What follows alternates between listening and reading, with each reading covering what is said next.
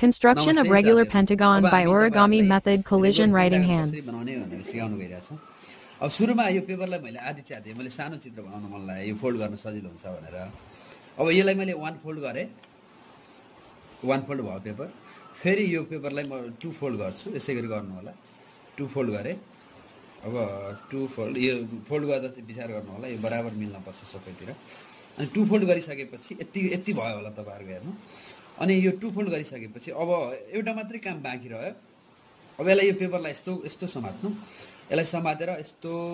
घुमाएर यो गाँठो पार्ने भन्छ यसलाई तलबाट यस्तो घुमाएर गाँठो पार्नुभयो भने यो गाँठो पर्छ अनि यो गाँठो पारिसकेपछि हजुरले यसलाई टाइट गर्नुहुन्छ हैन यो टाइट गर्दा यो चौडाइ चाहिँ च्याप्पिन भएन यो जति छ चौडाइ त्यति नै मेन्टेन हुनु पर्यो अनि यो चौडाइ अनुसार सबै मेन्टेन भयो भने यो रेगुलर पेन्टागन बन्छ अब हेर्नु है हामी बनाएर हेरौं हेर्नु बनिसक्यो हाम्रो पेन्टागन बनिसकेको अवस्था हो यिनीहरु यो चौडाइ चाहिँ बिग्रिनु भएन ल अब यति च्यातेर काटेर फाल्दिनु मसँग कैंची भएन हैन त्यही भएर म यसलाई जे छ त्यही मेरो आउँला नै कैंची बनाएर काम गर्दैछु अब हेर्नु है ल यो पेन्टागन बनिसक्यो हेर्नु 1 2 3 4 5 साइडहरु छ र 5 यो साइडहरु नापेर हेर्नु हो भने नि सबै साइडहरु इक्वल साइडहरु छ रेगुलर पेन्टागन यसरी बनाउन सक्नुहुन्छ थ्यांक यू